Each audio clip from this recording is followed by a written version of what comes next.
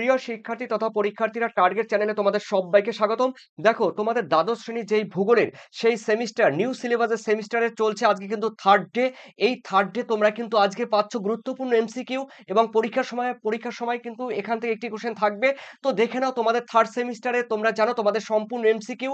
তো আজকে ডে তো তোমাদের চলছে থার্ড ডে। তো দেখো দ্বাদশ শ্রেণীর রয়েছে নিউ সিলেবাসে রয়েছে 25-26 সেশনের, আর রয়েছে উচ্চ মাধ্যমিক ভূগোলে দেখো নিউ সিলেবাস থার্ড সেম, আর সম্পূর্ণ নতুন সিলেবাস অনুসারে কিন্তু উত্তর সহ এই সাজেশনে থাকছে। আজকে রয়েছে তোমাদের দেখো হিমবাহের কার্য ও সংশ্লিষ্ট ভূমিরূপ। এই সংশ্লিষ্ট ভূমিরূপের মধ্যে ডে থ্রি, এই ডে থ্রির মধ্যে দেখো রয়েছে, প্রথমে আমি এমসিকিউ গুলো বলবো। আর অবশ্যই দেখো আমার চ্যানেল কিন্তু সম্পূর্ণ পরিবর্তন করেছি। এখন থেকে তোমরা কিন্তু দেখতে পাচ্ছ এখন জিও আইবি 7 নয়, এই জিও আইবি IB7 এটা কিন্তু বাদ দিয়ে এখন হয়েছে টার্গেট। ঠিক আছে, এই টার্গেট ইউটিউব চ্যানেলে তোমাদের সবাইকে একরাশ ভালোবাসা। আর আশা করি তোমরা এই চ্যানেলের মাধ্যমে তোমাদের সমস্ত সাবজেক্টের সাজেশন উত্তর টোটাল পেয়ে যাবে। তো হোক না মাধ্যমিক, হোক না তোমাদের দ্বাদশ শ্রেণী। চলো দেখে নাও যাক প্রথম কোয়েশ্চেন বলা হয়েছে ভূপৃষ্ঠের উপরে যে কাল্পনিক সীমারেখার উপরে সারা বছর তুষার জমে থাকে অথবা যার নিচে তুষার গলে জলে পরিণত হয় তখন তাকে কি বলে? হিমশৈল বলে, হিমরেখা বলে, ক্রেভাস বলে, বার্কস্রুন বলে। উত্তর কিন্তু হবে হিমরেখা বা হিমরেখা, তোমরা যা বলো, হিমরেখা বা হিমরেখা। ঠিক আছে, দেখো একটি পর্বত, এই পর্বতের একটি নির্দিষ্ট উচ্চতায় দেখো সারা বছর জল জমে বরফে পরিণত হয়ে থাকবে, জল জমে বরফে পরিণত হবে। আর যে রেখার নিচে সারা বছর কি হবে বলতো? সারা বছর জল বরফ গলে জলে পরিণত হবে। ঠিক আছে, তো সেই রেখাকে বলা হয় হিমরেখা বা হিমরেখা। উত্তর কিন্তু তোমাদের B is the correct answer. এর খুবই গুরুত্বপূর্ণ কিন্তু কোয়েশ্চেন। এরপরে রয়েছে দেখো সেকেন্ড কোয়েশ্চেন, কার মতে সর্বদা বরফ আচ্ছাদিত অঞ্চলে নিম্ন নিম্নতম নিম্নতম প্রান্তরেখা হলো হিমরেখা বা হিমরেখা? ভূবিজ্ঞানী কোন ভূবিজ্ঞানী কথা বলেছেন? জন উইলসন, তারপরে জেমস কুকার, তারপরে রয়েছে কুপার, বেথান ডেভিস রয়েছে, তারপরে মঙ্ক হাউস। উত্তর কিন্তু হবে মঙ্ক হাউস, অর্থাৎ D is the correct answer. এরপরে চলো রয়েছে তোমাদের আরেকটি গুরুত্বপূর্ণ ট্রিপল স্টার রয়েছে। দেখো কি বলা হয়েছে, দেখো নিরক্ষীয় অঞ্চলে 0 ডিগ্রি মানে 0 ডিগ্রি কত মিটার উচ্চতায় হিমরেখা অবস্থান করে? অর্থাৎ নিরক্ষরেখায় কত মিটার উচ্চতায় এই হিমরেখা অবস্থান করে? উত্তর কিন্তু হবে দেখো 6000, অ্যাপ্রক্স 6000 মিটার উচ্চতায়। তার মানে C is the correct answer. এরপরে দেখে নাও তোমাদের চারে বলা হয়েছে উচ্চতা বাড়লে হিমরেখা উচ্চতা বাড়ে, উষ্ণতা কমলে দেখো হিমরেখার উচ্চতা কি হয়? কমে যায়। এটি কি অক্ষাংশ ভেদে, ঋতুভেদে, ভূমির ঢাল ভেদে, স্থানীয় বায়ুর প্রভাব ভেদে, অর্থাৎ অক্ষাংশ ভেদে, অর্থাৎ এ ইজ দ্য কারেক্ট আনসার। দেখো আমরা জানি নিরক্ষীয় অঞ্চল থেকে যতই আমরা মেরু অঞ্চলের দিকে যাব, যতই আমরা উচ্চ অক্ষাংশের দিকে যাব কিংবা উত্তর গোলার্ধে কিংবা দক্ষিণ গোলার্ধে যাব, ততই কিন্তু অক্ষাংশের মান বাড়তে থাকে, অর্থাৎ মেরু অঞ্চলের মান 90 ডিগ্রি। তো যতই আমরা উত্তরে কিংবা দক্ষিণ গোলার্ধের দিকে যাব, ততই হিমরেখার উচ্চতা কিন্তু কি হয় বলতো? কমে যায়। ঠিক আছে, হিমরেখার উচ্চতা কমে যায়, তার মানে এটি হবে অক্ষাংশ ভেদে, অর্থাৎ এ ইজ দ্য কারেক্ট আনসার। এরপরে চলো রয়েছে তোমাদের পাঁচে বলা হয়েছে ঋতু পরিবর্তনের সঙ্গে সঙ্গে সঙ্গে সঙ্গে দেখো আম, বলা হচ্ছে ঋতু পরিবর্তনের সঙ্গে সঙ্গে উচ্চতা, হিমরেখার উচ্চতা, এটা হবে হিমরেখার, মিস্টেক হয়েছে হিমরেখার। ঠিক আছে, হিমরেখার বা হিমরেখা যা বলো তোমরা। তো এই হিমরেখার উচ্চতা কি হবে? উচ্চতা কিন্তু হ্রাস পায়, মানে ঋতু পরিবর্তনের সঙ্গে সঙ্গে হিমরেখার উচ্চতা হ্রাস বৃদ্ধি দুটোই ঘটে। অর্থাৎ ঋতু পরিবর্তনের ফলে হিমরেখার উচ্চতা বাড়ে, আবার কখনো কমে। তার মানে উত্তর কিন্তু হবে তোমাদের C is the correct answer. এরপরে চলো রয়েছে গ্রীষ্মকালে ও শীতকালে হিমালয় পর্বতের হিমবাহ অবস্থান করে কত মিটার উচ্চতায়? অর্থাৎ এটা হিমরেখা হবে, এক মিস্টেক আছে একটু, হিমরেখা। দেখো এই হিমরেখার অবস্থান করে কত মিটার? উত্তর কিন্তু হবে তোমাদের দেখো 400 400 মিটার 600 মিটার মানে 4600 মিটার হবে কিন্তু এটি গ্রীষ্মকালে, আর শীতকাল হবে 380 মিটার। ওকে, তার মানে উত্তর কিন্তু হবে তোমাদের C is the correct answer. এরপরে চলো রয়েছে তোমাদের সাথে উত্তর আমেরিকার রকি পর্বতের পূর্ব ঢালে যে বায়ু প্রবাহিত হয় তার নাম চিনুক বায়ু। এই চিনুক কিন্তু এক ধরনের উষ্ণ বায়ু, এই চিনুক বায়ুকে কিন্তু তুষার ভক্ষকও বলা হয়। এরপরে রয়েছে দেখো তোমাদের 8 আফ্রিকার কিলিমাঞ্জারো পর্বতের কত মিটার উচ্চতায় হিমরেখা দেখতে পাওয়া যায়, অর্থাৎ হিমালয়ের থেকেও কিন্তু বেশি উচ্চতায় কিন্তু এই আফ্রিকার কিলিমাঞ্জারো যে পর্বত রয়েছে সেই পর্বতের কিন্তু হিমরেখা দেখা যায়, মানে হিমরেখার উচ্চতা আফ্রিকার কিলিমাঞ্জারোতে বেশি, অর্থাৎ 5500 মিটার। আর হিমরেখায় মানে হিমালয় রয়েছে কিন্তু 4000 তোমার 600 মিটার। ওকে, ওকে, আমি একটু আগে কি দেখলাম দেখো, হিমালয় আমি দেখেছিলাম, দেখো আমি বলে দিচ্ছি। হ্যাঁ, একদম ফার্স্টে, চলো আমি পরে দেখবো, আবার পরে তোমাদের বলে দেবো। দেখো, তার মানে উত্তর কিন্তু তোমাদের হবে B is the correct answer. এরপরে চলো দেখে নিচ্ছি আমি তোমাদের নয়ে। নয়ে বলা হয়েছে হিমালয়ের উত্তর ঢালের তুলনায় দক্ষিণ ঢালে, অর্থাৎ নিরক্ষরেখার ঢালে হিমরেখার উচ্চতা ড্যাশ মিটারেরও বেশি হয়, অর্থাৎ এটা নিরক্ষরেখা, এটা নিরক্ষরেখা।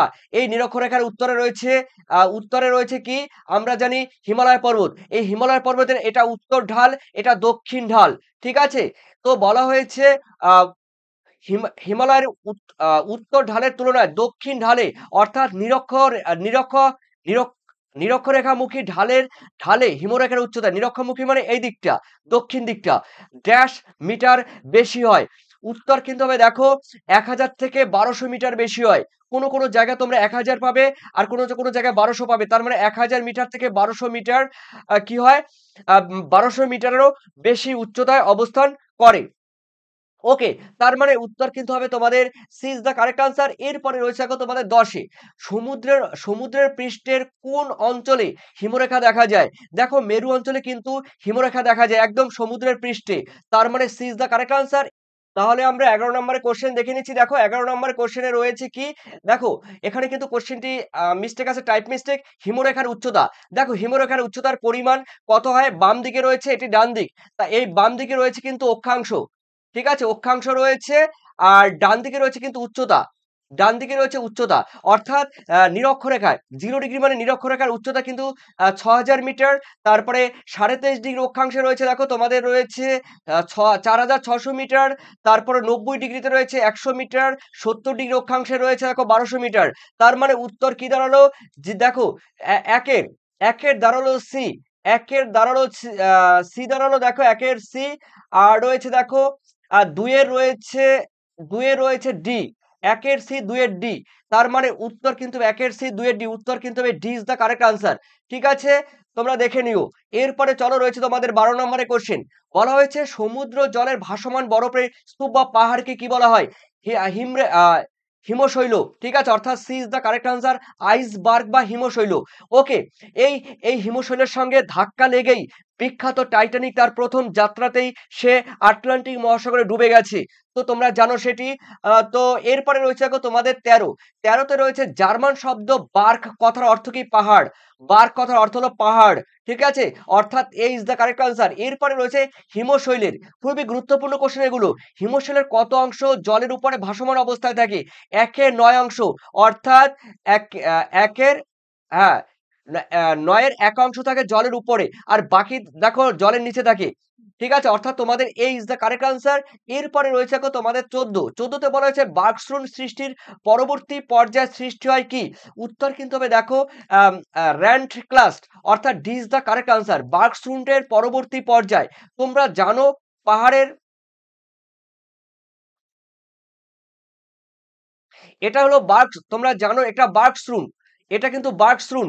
আর এখানে রয়েছে ক্রেভাস, এখানে রয়েছে ক্রেভাস। ঠিক আছে, এখানে রয়েছে ক্রেভাস। তো এই বার্গস্ট্রুন্ডের সৃষ্টির পরবর্তী পর্যায়, এই বার্গস্ট্রুন্ডের পরবর্তী পর্যায় যে দেখো সৃষ্টি হয় কি, র্যান্ট ক্লাস্ট, অর্থাৎ এই র্যান্ট ক্লাস কিন্তু পর্বত আরোহীদের ক্ষেত্রে খুবই বিপজ্জনক, কিংবা বার্গস্ট্রুন্ড বলো ক্রেভাস বলো সবই কিন্তু পর্বত আরোহীর ক্ষেত্রে খুবই বিপজ্জনক। তো চলো দেখে নিচ্ছি তোমাদের 15। দেখো, পর্বত আরোহীদের ক্ষেত্রে মৃত্যুর ফাঁদ হিসেবে গণ্য করা হয়, দেখো হিমরেখা, হিমরেখা, বার্গস্ট্রুন বা ক্রেভাস, র্যান্ট ক্লাস, অর্থাৎ উপরের সবগুলি কিন্তু সঠিক। এই প্রত্যেকটি হিমরেখা বলো, বার্গস্ট্রুন বলো, বার্কস্ট্রুন বলো, ক্রেভাস বলো, র্যানক্লাস্ট বলো, এগুলোর প্রত্যেকটি যেই আম আ হিমরেখা রয়েছে বা প্রত্যেকটি যেই পর্বতের এই ভূভাগগুলো রয়েছে, হিমবাহের যেই কাজের ফলে গঠিত যে ভূভাগ রয়েছে, প্রত্যেকটির ক্ষেত্রে কিন্তু বিপজ্জনক পর্বত আরোহীদের ক্ষেত্রে তাকে কিন্তু মৃত্যুর ফাঁদও বলা হয়। তার মানে সবগুলি কিন্তু সঠিক উত্তর। তো প্রিয় শিক্ষার্থী, এগুলো ছিল তোমাদের গুরুত্বপূর্ণ। আর তোমরা জানো তোমাদের কিন্তু একদম নতুন সিলেবাসে তোমাদের প্রত্যেকটি অধ্যায় থেকে বাছাই করা এমসিকিউ, এসিকিউ, এসিকিউ তোমরা জানো তোমাদের কিন্তু এসিকিউ থাকছে না। এসিকিউ থাকছে না, টোটাল তোমাদের এমসিকিউ পরীক্ষা হবে। তোমাদের খুঁটিয়ে পড়তে হবে। তাই আমি খুঁটিয়ে গুরুত্বপূর্ণ কোয়েশ্চেনগুলো টার্গেট ইউটিউব চ্যানেলে তোমাদের জন্য নিয়ে এসেছি। তোমরা চ্যানেল থেকে দেখে নিতে পারো। আর এইচএস দেখো 2026 সালের থার্ড সেমিস্টার তোমরা যারা রয়েছো, অর্থাৎ এবারের 25 এবং 26 সেশনে তোমরা যারা পরীক্ষা দেবে, তো তোমরা কিন্তু অবশ্যই তোমাদের এই সাজেশনের জন্য, এমসিকিউর জন্য, উত্তরের জন্য খুঁটিয়ে প্রত্যেকটি চ্যাপ্টার থেকে তোমাদের হোয়াটসঅ্যাপে এই নাম্বারে যোগাযোগ করবে। আর পেমেন্ট করলে এই নাম্বারে করবে। আর 115 টাকা তোমরা পেমেন্ট করলে টোটাল অধ্যায়গুলো তোমরা পেয়ে যাবে পিডিএফ এর আগে তোমাদের হোয়াটসঅ্যাপে, সম্পূর্ণ পিডিএফ এর আকারে চলে যাবে। আর যারা নেবে অবশ্যই হোয়াটসঅ্যাপে যোগাযোগ করবে, কিন্তু কোনো কল করবে না। আর সেই সঙ্গে তোমাদের বলে দিচ্ছি, এই 115 টাকায় তোমরা টোটাল পেয়ে যাবে, যেগুলো তোমরা কিন্তু সারা বছর এই 4-5 মাস বসে কিন্তু তোমরা কভার করতে পারবে না, যেগুলো আমি তো তোমাদের তৈরি করে দেবো। হ্যাঁ, আর তোমাদের মূল্যবান কমেন্ট সেকশনে জানিয়ে দেবো। ধন্যবাদ তোমাদের সবাইকে। Thank you.